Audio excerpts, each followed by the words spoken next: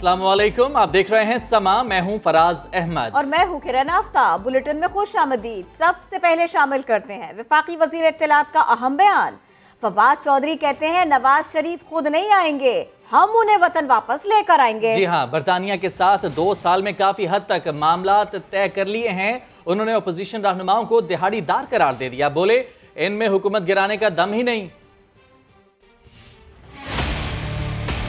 नवाज शरीफ को तो वापस आना होगा, नवाज शरीफ को हम वापस लेके आएंगे, इन्होंने नहीं वापस आना।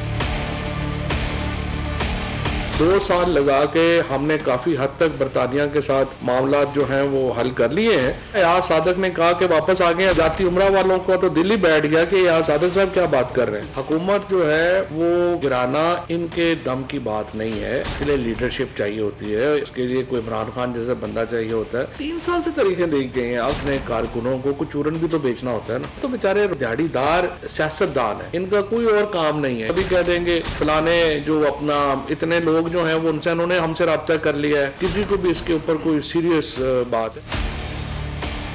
मिनी बजट शजट नहीं है, हमारी एडजस्टमेंट्स हैं। जो पिछला बिल है उसमें जो नवाज शरीफ और जरदारी पाकिस्तान के साथ कर गए हैं, देखिए ना हमारे पास ऑप्शंस हैं। या तो आप कह रहे हैं IMF नहीं लेते तो फिर उसके अपने कॉन्सिक्वेंसेज हैं। अपोजिशन से पूछे ना, अल्टरनेटिव दे दें हमें, कहें IMF के पास नहीं जाएं और आप लोग ये कर लें, वो कंसिडर कर लेते हैं। बिल है ये, मैं आपको बता सकता हूँ कि ये अभी इसी सेशन में ही ये पास हो जाए। आम आदमी पे कोई असर नहीं होगा इंशाल्लाह। नवाज शरीफ जब चाहेंगे खुद वतन वापस आएंगे। उनकी नाअहली भी जल्द खत्म होने वाली है। लीगी सेनेटर जावेद अब्बासी ने प्रोग्राम 7 से 8 में ये दावा किया है। और राना सनाउल्लाह बोले फवाद चौधरी तो खुद जाने वाले हैं, वो भला क्या किसी को वापस लाएंगे। नवाज शरीफ को कोई ला नहीं सकता, वो खुद आएंगे। फवाद चौधरी के बयान पर नून लीग का रद्द अमल। सेनेटर जावेद अब्बासी ने प्रोग्राम 7 से 8 में दावा किया कि नवाज शरीफ की नाअहली जल्द खत्म होने वाली है। ये नाअहली खत्म होने वाली है इंशाल्लाह बहुत जल्द। हमने सुप्रीम कोर्ट ऑफ पाकिस्तान के पास जाना है, उसने इस जजमेंट को रिविजिट करना है इंशाल्लाह। लीगी रहनुमा राना सनाउल्लाह का कहना था फवाद चौधरी के तो खुद जाने का वक्त आ रहा है, वो भला क्या किसी को वापस लाएंगे। ये बात जो फवाद चौधरी ने की है ये बिल्कुल बेबुनियाद है और इसमें कोई दमखम नहीं है। ये पिछले 3.5 साल में तो ये ला नहीं सके, तो अब तो इनके अपने जो है वो जाने का टाइम है। लीगी रहनुमा का कहना था हुकूमत हमारी छोड़े अपनी खैर मनाए, क्योंकि इस बार इलेक्शन मुकर्ररा वक्त से पहले होते नजर आ रहे हैं। शोर तो मिनी बजट का भी बहुत है। ऑपोजिशन लीडर शहबाज शरीफ की मिनी बजट आने से पहले ही कड़ी तनकीद। कहा मिनी बजट से नया साल कौम के लिए बदतरीन बन जाएगा। हुकूमत नाकामी का एतराफ करते हुए कौम की जान छोड़ दे। इमरान शफकत की रिपोर्ट। क्या वो बदकिस्मत दिन था कि ये शख्स पाकिस्तान के ऊपर वजीर आजम मुसल्लत किया गया।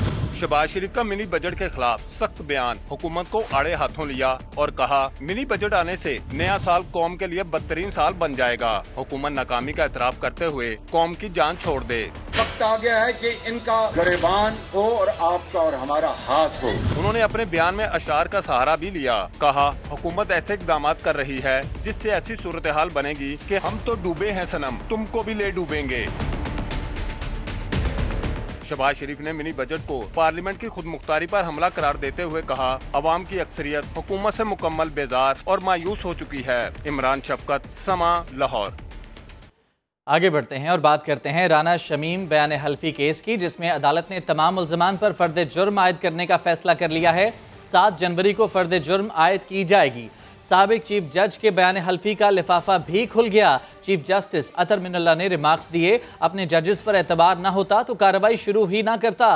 अटॉर्नी जनरल ने राना शमीम को माफी मांगने का मशवरा देते हुए कहा कि तस्लीम करें आप इस्तेमाल हुए। साबिक चीफ जज गिलगित बल्तिस्तान राना शमीम के बयान हल्फी पर तौहीन अदालत केस की समाअत। फरीकैन तौहीन न होने से मुतालिक मुतमईन न करने में नाकाम। अदालत आलिया का मुकदमा चलाने का फैसला। तमाम मुल्जिमान पर 7 जनवरी को फर्द जुर्म आयद होगी। अदालत के हुक्म पर राना शमीम ने खुद बयान हल्फी खोला, तस्दीक भी की कि ये वही बयान हल्फी है जो उन्होंने दिया था। चीफ जस्टिस अतर मिनुल्लाह ने रिमार्क्स दिए अपने जजों पर एतबार न होता तो कार्रवाई शुरू ही ना करते।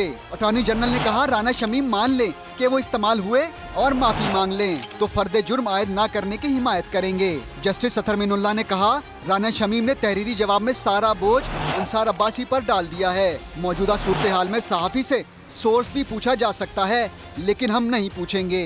पेशी से पहले राना शमीम से सवाल हुआ कि क्या हलफनामा नवाज शरीफ की मौजूदगी में लिखा। राना शमीम ने पहले टाला, फिर कहा वो अकेले थे। इसमें कितनी सदाकत है, आप कोई इस पे कमेंट करेंगे? जिन्होंने काम से पूछा ना, मैं आपने अकेले ये हलफनामा दिया था? बिल्कुल। समाअत के बाद सवालात हुए तो पहले अंसार अब्बासी से बयान हल्फी पर बात ना होने का दावा किया। मैं तो अपने भाई के जनाजे पे बैठा हुआ था, जब उसके फोन आ रहा था, मेरी तो बात ही नहीं, उससे पूछे कहाँ बात हुई है मेरी उनसे। फिर मान गए कि फोन पर बात हुई थी, मगर कहा बयान हल्फी छापने के लिए नहीं था। बार बार टूटी फूटी बातें हो रही थी। मैंने किसी को अलाउ नहीं किया, ना मैंने किसी को डिस्क्लोज किया है, ना किसी के पास ये मैंने भेजा। सहाफ़ी के खिलाफ कानूनी चाराजोई के खिलाफ सवाल पर कहा, इसका फैसला वकील की मुशावरत से करेंगे। मुअव्विन खुसूसी शहबाज गिल ने दावा किया कि राना शमीम ने नवाज शरीफ के साथ मिलकर बयान हलफी तैयार किया। उनका कहना था कि शरीफ खानदान नाअहल लोगों की सरपरस्ती करता है और फिर अहम ओहदों तक पहुंचाकर अपने काम निकालता है।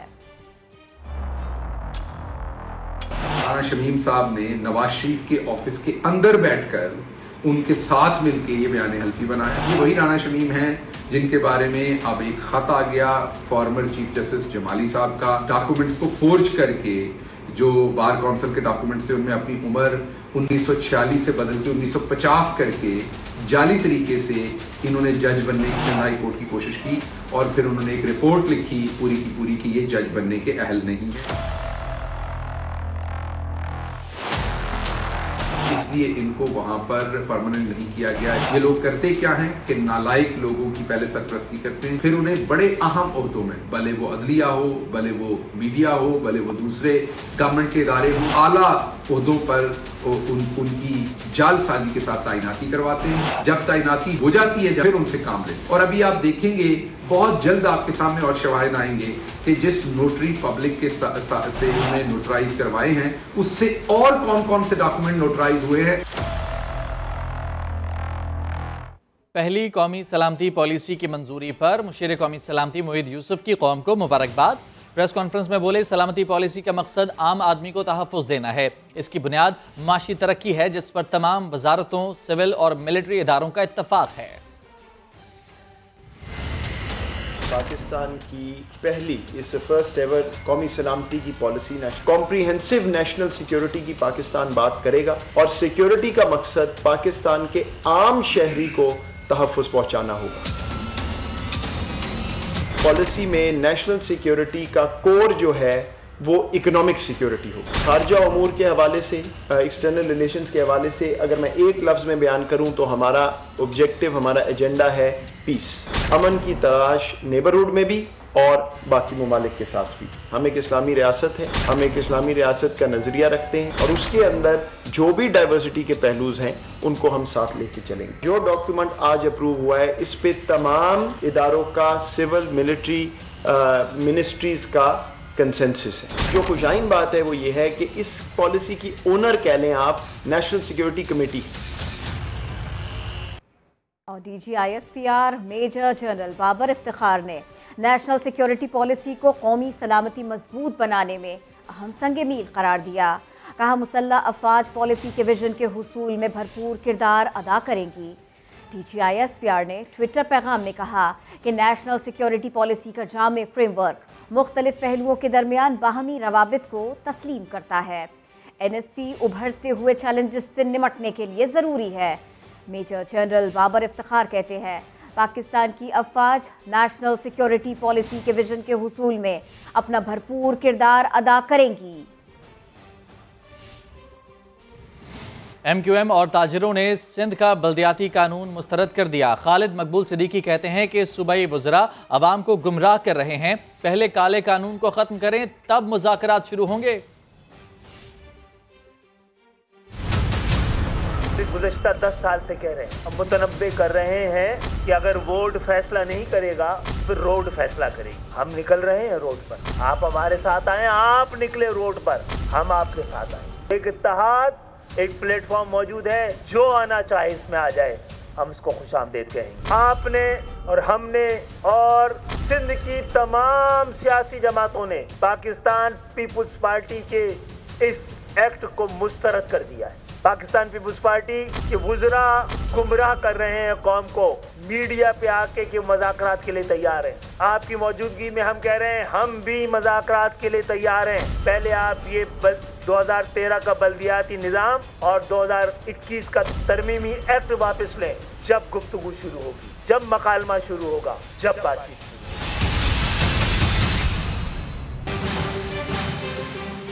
सब गिरा दो, किसने दिया ये हुक्म, जानिए इसी बुलेटिन में। अब हम आपको वजीर बल्दियात से नासिर हुसैन शाह के MQM पर लफ्जी वार के बारे में बताएं। उन्होंने कहा जिन्हें अवाम ने मुस्तरद किया, आज वो लिसानियत पर उतर आए हैं। इन लोगों ने अपने कायद से लाताल्लुकी तो कर ली, मगर अफसोस की सोच न छोड़ी।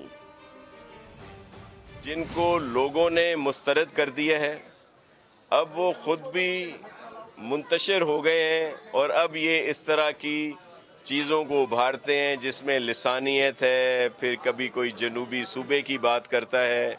आप सबके इल्म में है कि इन्होंने जो इनका कायद था, जिसके अज़ाइम खुलकर सामने आ गए थे कि जी पहले जनूबी सूबा बनेगा, फिर अलहदा से मुल्क बनेगा, और फिर जिस तरह वो पाकिस्तान के ख़िलाफ़ बात करता था, तो ये हमने तो समझा कि जब इन्होंने उससे लाताल्लुकी की तो ये उसको छोड़ के आ गए, लेकिन इन्होंने उसकी सोच को नहीं छोड़ा।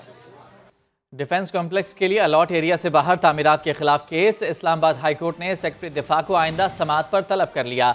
चीफ जस्टिस अतर मिनुल्लाह ने रिमार्क्स दिए, बड़े आदमी की हर चीज रेगुलराइज हो जाती है, ये अदालत अब एक गरीब की झुग्गी भी गिराने नहीं देगी। सुहेल रशीद की रिपोर्ट देखिए।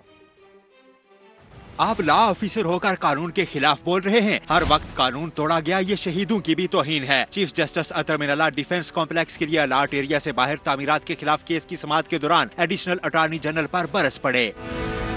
चीफ जस्टिस ने रिमार्क्स दिए, ये विफाकी दारुल हुकूमत नहीं बल्कि अशराफिया है, यहाँ कोई रूल ऑफ लॉ नहीं। गरीब की झुग्गी हो तो सारे कानून बताते हैं, अमीर की जगह हो तो नक्शे लेकर आ जाते हैं। अदालत का फैसला है, एक ईंट भी CDA की मंजूरी के बगैर नहीं लगा सकते। अगर मैं भी कानून के खिलाफ जाऊँ तो CDA एक्शन ले। अदालत ने विफाकी हुकूमत और वजारत दिफा को कानून की खिलाफ वर्जी के जिम्मेदारान का तयन करने का हुक्म दे दिया। CDA को हिदायत की कि गैर कानूनी तामीर का कब्जा लेकर आइंदा समाअत पर आगाह किया जाए। अदालत ने सेक्रेटरी दिफा को जाती हैसियत में पेश होने का हुक्म जारी करते हुए समाअत 11 जनवरी तक मुलतवी कर दी। कैमरामैन चंगेज चौधरी के साथ सुहेल रशीद, समा, इस्लामाबाद। सुप्रीम कोर्ट में तजावजात से मुताल्लिक केसेस की समाअत। कराची के जिला शर्की की इंतजामिया की नाअहली खुलकर सामने आई। चीफ जस्टिस ने हिल पार्क की जमीन पर कब्जा करके बनाई गई मस्जिद समेत तमाम तजावजात गिराने का हुक्म दे दिया। इरफानुल हक की रिपोर्ट देखिए। सुप्रीम कोर्ट कराची रजिस्ट्री में हिल पार्क की जमीनों पर कब्जे से मुतालिक केस की समाअत हुई। Pakistan employees cooperative housing society के वकील ने अदालत को बताया कि पार्क की जमीन पर कब्जा करके बनाए गए 13 बंगलों में से सिर्फ 4 को ही गिराया गया है। चीफ जस्टिस ने कमिश्नर कराची से सवाल किया कि बाकी 9 बंगलों में कौन रहते हैं, क्यों नहीं गिराए बाकी मकान। गैर सरकारी तंजीम शहरी की नुमाइंदा अंबर अली भाई ने अदालत को बताया कि हिल पार्क के बालाई हिस्से पर फिर मस्जिद की तामीर शुरू हो गई है। चीफ जस्टिस ने कहा कि इस्लाम गैर कानूनी जमीन पर मस्जिद की तामीर की इजाजत नहीं देता। KMC के पास भी पार्क की जमीन पर मस्जिद का लाइसेंस देने का कोई इख्तियार नहीं। अदालत ने अल-फतह मस्जिद की इंतजामिया की नजरसानी की दरख्वास्त मुस्तरद करते हुए जमीन वापस करने का हुक्म दे दिया। अदालत ने कमिश्नर कराची को आइंदा समाअत पर हिल पार्क की जमीन से तजावुजात के खात्मे की रिपोर्ट के साथ पेश होने की भी हिदायत की। अदालत ने कहा कि पार्क में कहीं भी नमाज पढ़ने से ना रोका जाए। समाअत के दौरान कुछ खवातीन ने शिकायत की कि असिस्टेंट कमिश्नर फिरोजाबाद शौहर से मिलकर ब्लैकमेल करती हैं। अस्मा बतूल ने अपने मुख्तारकार शौहर से मिलकर नक्शे बनाती हैं और कार्रवाई नहीं करती।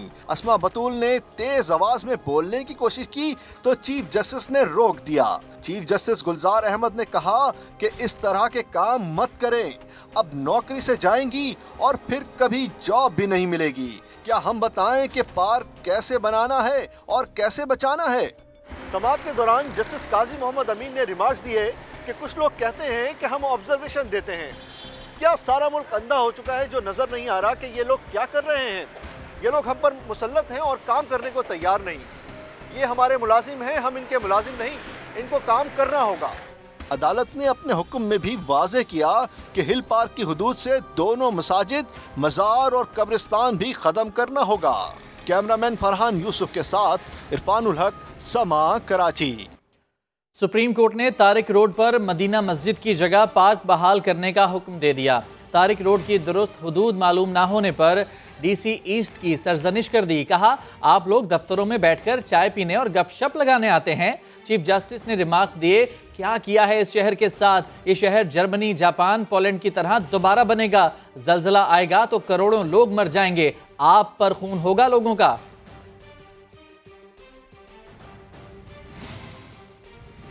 इसके अलावा सुप्रीम कोर्ट के हुक्म पर नस्ला टावर की गैर कानूनी तामीर में मुलव्वस बिल्डर्स और अफसरान के खिलाफ मुकदमा दर्ज कर लिया गया। एंटी करप्शन ने SBCA से नस्ला टावर का रिकॉर्ड तलब कर लिया। शाहनवाज अली कादरी की रिपोर्ट देखिए। नस्ला टावर किस किस की बददयानती और मिली भगत के नतीजे में तामीर हुआ? किसने इमारत के लिए जमीन की अलॉटमेंट दी? किसने नक्शे की मंजूरी दी? सुप्रीम कोर्ट के हुक्म पर शरीक जुर्म अफराद के खिलाफ फौजदारी कार्रवाई शुरू कर दी गई है। सरकार की मुद्दत में थाना फिरोजाबाद में नस्ला टावर के बिल्डर अब्दुल कादिर काटेला, SBCA, सिंधी मुस्लिम सोसाइटी, महकमा रेवेन्यू के अफसरान के खिलाफ मुकदमा दर्ज कर लिया गया है। जालसाजी, धोखाधड़ी, इख्तियारात के नाजायज इस्तेमाल समेत 8 दफात के तहत दर्ज मुकदमे में किसी अफसर का नाम शामिल नहीं। तफ्तीशी अफसर के मुताबिक मुकदमे में किसी अफसर का नाम इसलिए शामिल नहीं किया क्योंकि इस मिली भगत में मुलव्विस अफसरान के नाम मालूम नहीं है। Director, deputy director, assistant director और बिल्डिंग इंस्पेक्टर से मरहलावार तफ्तीश की जाएगी। दूसरी जानिब एंटी करप्शन ने भी नस्ला टावर की मंजूरी देने वाले अफसरान की तलाश शुरू कर दी है। एंटी करप्शन टीम ने SBCA दफ्तर पर छापा मारकर नस्ला टावर का रिकॉर्ड तलब कर लिया। एंटी करप्शन ने नक्शे की मंजूरी और तामीरात के दौरान तैनात अफसरान और एहलकारों के नाम मालूम किए। एंटी करप्शन हुक्काम 3 घंटे तक तफ्तीश करते रहे। बिल्डिंग कंट्रोल अथॉरिटी हुक्काम ने रिकॉर्ड फराम करने के लिए वक्त मांग लिया, जबकि डायरेक्टर फरहान कैसर से पूछगछ की गई, जबकि DG Sindh building control authority Salim Raza Khodo दफ्तर से गायब हो गए। कैमरामैन शाहिद बलोच और साथी रिपोर्टर मोहम्मद अली हफीज के साथ शाहनवाज अली कादरी, समाअत, कराची। अमीर जमात इस्लामी सिराजुल हक कहते हैं, कोरोना वैक्सीनेशन के लिए आलमी सतह पर दबाव डाला गया, हर शख्स वैक्सीन लगवाने पर मजबूर हुआ। वैक्सीनेशन के लिए मेरा जिस्म मेरी मर्जी पर अमल क्यों नहीं होता? वैक्सीनेशन जरूर करना है। बहुत सारे हम में से लोगों ने कहा कि नहीं करना, हर आदमी मजबूर हुआ कि चलो इंजेक्शन लगाया जाए। तो मैं तो बहुत खुश था कि मैंने तो ये काम एक बार किया है। उन्होंने कहा कि नहीं, वो तो चीन का था, अभी आपने फाइजर का इस्तेमाल करना है। भाई मेरी सेहत है, मेरा जिस्म है। आप उरियानी और पहाशी के लिए तो कहते हैं कि मेरा जिस्म मेरी मर्जी, कपड़े पहनूं या ना पहनूं, लेकिन वैक्सीनेशन के लिए फिर मेरा जिस्म मेरी मर्जी नहीं है। Welcome back. वफाकी हुकूमत ने नाजिम जोखियो कत्ल केस की तहकीकात के लिए ज्वाइंट इन्वेस्टिगेशन टीम बनाने का फैसला कर लिया है। हमारा रोड ब्लॉक करके खड़े हुए, बदमाशी हमारे आगे कर रहे हैं। ये बंदा है हमारे से बदमाशी कर रहा है। नाज़िम जोखियो के कत्ल की तहकीकात करने के लिए मुश्तरका तहकीकाती टीम कायम करने की मंजूरी दी गई है। नाज़िम जोखियो को मेमन रोड कराची में कत्ल किया गया था और इस टीम में पुलिस, इंटेलिजेंस एजेंसीज, सिविल और अस्करी फोर्सेस के नुमाइंदे शामिल होंगे। आपको इल्म है कि वो नाज़िम जोखियो के जो कत्ल है उसमें कातिलों को बचाने के लिए क्या क्या नहीं किया गया और किस तरीके से वहाँ पे एक प्ले अप किया गया और एक क्रिमिनल इन्वेस्टिगेशन को मुकम्मल तौर के ऊपर कंप्रोमाइज किया गया। ये सूरत हाल नाकाबिले कबूल है और इसी को मद्देनजर रखते हुए वफाकी काबीना ने एक ज्वाइंट इन्वेस्टिगेशन टीम बनाने की मंजूरी दी है।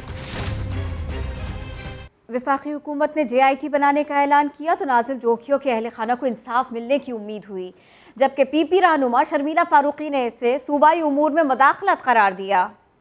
बहुत रोती है, रोज रोती, सारे लोग पूछे अबू कहाँ गया, अबू ना हज पे चला गया है। इंसाफ चाहिए मुझे, सही सलामत वो बंदा गया था, ठीक ठाक गया था, काला स्याह पड़ गया वो। नाज़िम जोखियों कत्ल केस पर वफाक का JIT का ऐलान, अहले खाना को इंसाफ मिलने की उम्मीद हो गई। यही गुजारिश करता हूँ कि जो JIT आपने तश्कील दी है वही इंशाल्लाह आगे काम अच्छा करेगी। इंशाल्लाह मेरे भाई को जो बेदर्दी से कत्ल हुआ था वो उसमें इंशाल्लाह हमें मेरी फैमिली को इंसाफ मिलेगा। सूबाई वजीर तैमूर तालपुर कहते हैं वफाक की JIT से पहले ही सिंध हुकूमत कानून के मुताबिक तमाम इकदाम कर रही है। अगर ये समझते हैं कि वफाक अपना किरदार अदा करना चाहती है जो कि कानूनी तौर पे बनता नहीं है, हम उसको फिर भी वेलकम करते हैं। अनवांटेड है, इसकी जरूरत नहीं है, पर हम फिर भी वेलकम। पीपल्स पार्टी की रहनुमा शर्मिला फारूकी ने इसे सूबाई अमूर में मुदाखलत करार दिया। सूबे खुद मुख्तार हैं, सूबों की चीफ एग्जीक्यूटिव हैं, सिर्फ सिंध के ही मामलात के ऊपर क्यों नोटिस लिया जाता है, और वो वफाकी का भी ना मैं डिस्कस होता है। इन्होंने मजीद कहा कि नाज़िम जोखियों के अहले खाना हुकूमत सिंध की कार्रवाइयों से मुतमईन है। सेनेट की कायमा कमेटी बराए दाखिला ने अमरीकी नजात पाकिस्तानी खातून वजीहा सवाती के कत्ल का नोटिस ले लिया है। चेयरमैन कमेटी सेनेटर मोहसिन अजीज कहते हैं वर्सा पैरवी करें या ना करें, कातिल कानूनी सजा से नहीं बच सकेगा। कमेटी ने IG खैबर पख्तूनख्वा और RPO रावलपिंडी से रिपोर्ट भी तलब कर ली। हंगू में गैस की लोड शेडिंग ने 3 बच्चों समेत 6 अफराद की जान ले ली। गुलशन कॉलोनी में नादिर शाह अपने ख़ानदान के साथ कमरे में हीटर चलाकर सोए। रात में लोड शेडिंग के बाद जब गैस आई तो कमरे में भर गई। दम घुटने से मियाँ बीवी, उनकी बेटी नवासा और 2 नवासियाँ छल बसी। DHQ अस्पताल में पोस्टमार्टम के बाद मैयत वरसा के हवाले कर दी गईं। बॉक्सर रशीद कुमरानी ने सर्फ गेम्स और एशियन गेम्स में गोल्ड मेडल्स जीते। 10 साल नेशनल चैंपियन रहे, मगर आज उनके पास इलाज के पैसे तक नहीं।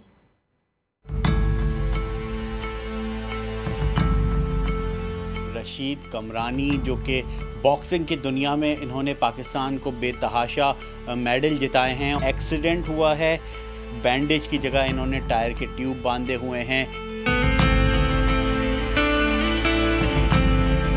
हमने इस मुल्क के लिए खेला है, इस मुल्क के लिए हमने अपनी सर तोड़ जान लगा दी। क्यूबा पाकिस्तान का हलाली परचम जब सुर्ख हुआ, कौमी तराना बजा, आंखों में आंसू भी आए, मगर उस जगह पे मैंने किया। घर भी गया, बच्चे भी गए, बीवी भी गई, नौकरी भी गई, मैं रोड पे आ गया। मेरी माली फाइनेंशियल सपोर्ट की जाए, मेरा इलाज कराया जाए पाकिस्तान गवर्नमेंट। हमने इंडिया के लिए नहीं खेला। 2 हफ्ते से दवाई मैंने नहीं खाई है। डॉक्टर बोले आप ताहयात आपको ये दवाई खानी है। अब डॉक्टर के 1200 से 1500 रुपये की दवाई। जब साहब जो है ना नौकरी, मेरी नौकरी बहाल करें। और अब कुछ मौसम की बात कर लेते हैं। कोयटा की हवाएं जब कराची आईं तो कराची वाले कोयटा पहुंच गए। सैया कोयटा और जियारत के ठंडे ठार मौसम का मजा कैसे उठा रहे हैं, नूरुल आरिफीन बता रहे हैं इस रिपोर्ट में।